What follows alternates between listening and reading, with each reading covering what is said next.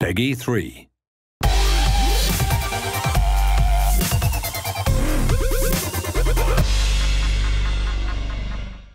Welcome back to another episode of The Boot Room. I'm Matt Cuttle, this is Darren Cross from Match Magazine, and this time we're talking about custom tactics, which is something that I know about but don't use as much as I probably should, Darren. Yeah, a custom tactic can make a real difference to the way your team plays and feels because they control the movement and position of your AI-controlled teammates, so it's really worth experimenting with them. So with a custom tactic, how do we actually go about creating one and using it in-game? So the way I do it is I go to the Customise FIFA menu, edit teams, and then pick a team that I want to take a base tactic from. And then I go into team management and custom tactics and start editing the sliders from there according to the way that I want to play. And then what would you do? So I'd save that and then I'd go into quick tactics and assign it a slot on the D-pad so that then I could select it in any of the game modes that I was going to play. So you've got a couple of choices really when you're creating the tactic. You can either pick a real life team that you really like and you like the way that they play, and you can just save their custom tactic to a D-pad slot and use that in game. Or as we said earlier, you can go in and sort of change each of the sliders specific to the way that you want your team to play, and that's what I do, and there are a couple of things there that I change that I feel really make a difference. So what are some of the custom tactics that you like to set up in game? One of the things I do is I push the crossing slider right up, and that means that when I have the ball in wide positions, my AI controlled teammates will make that extra effort to get into the box, and obviously that increases my chances of finding somebody with a cross, so that's one that I really like. I also use the shooting slider to try and get more players positioned into shooting positions, and with any of these, if you press the Y button, that will give you information on what each of the sliders do, which is why we're not going to cover them all in great detail because it's all there. But yeah, I use the crossing one and the shooting one a lot.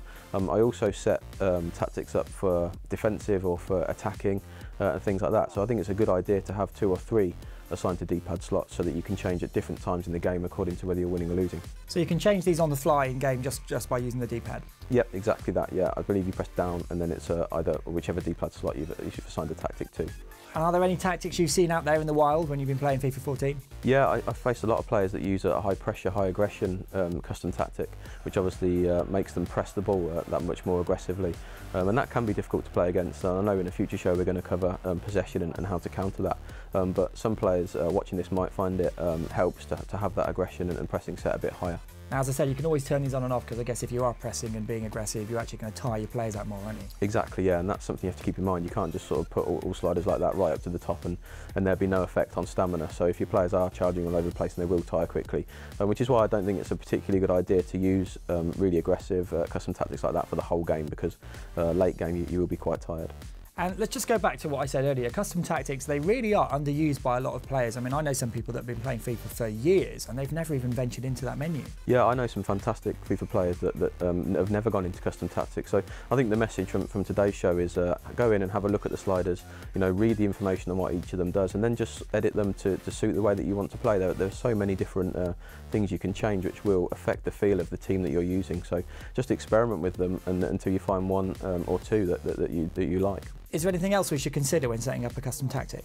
Yeah, I think you really want to make sure that your sliders complement each other. So for example, if your build-up speed is set to slow, but your passing is set to risky, then a lot of your players are going to be making forward runs much sooner than they would have been had that passing been set to something a bit more in the middle. So you might find there's too much distance between your players, and that wouldn't really suit a slow build-up. So with all of them, you'll find that a lot of them complement each other and work together. So the goal really is to get a tactic, a custom formation and a style of play that all works together and complements each other, rather than sort of doing something that affects something negatively elsewhere. And when it comes to custom tactics, there isn't actually a definitive correct way of putting one together, is there? No, I don't think so. I think it's very sort of personal. So what works for me may not work for you, which is why it's important to move the sliders around and then try them in a game, perhaps a game just in kick-off mode, and just see how you get on before going back and making those small changes. Great, custom tactics certainly are worth checking out and having a little tinker with.